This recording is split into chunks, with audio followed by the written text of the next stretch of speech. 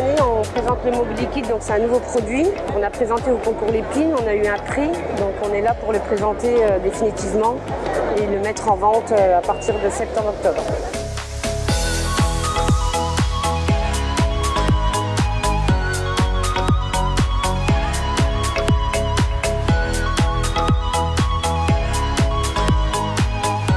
Il y avoir beaucoup de monde sur le stand.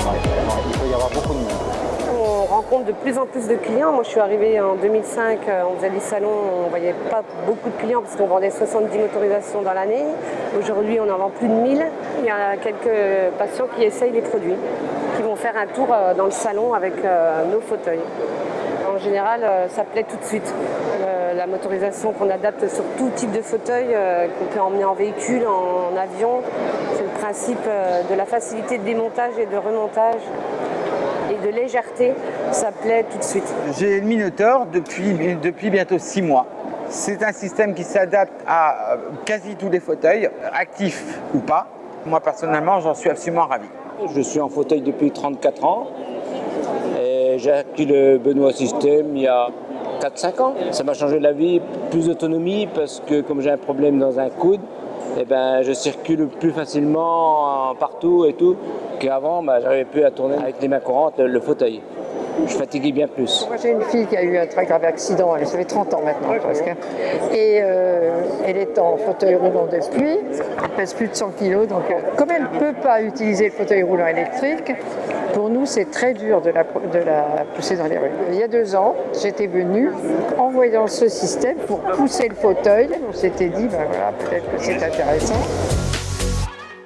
Le salon autonomique est un salon très fréquenté. Alors, il y a une caractéristique dans le handicap, c'est que les gens handicapés ne sont pas passionnés par leur handicap. Pour eux, c'est pas un hobby.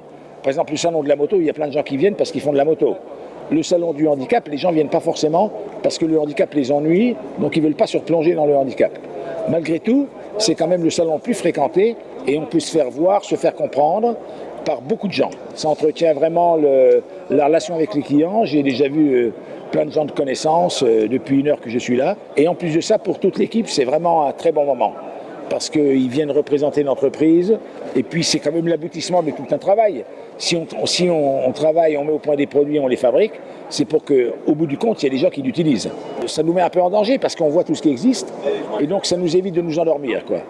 Parce que sinon, si on ronronne tranquillement entre nous, on finirait par, si on ne fait pas attention, à baigner un peu dans l'autosatisfaction.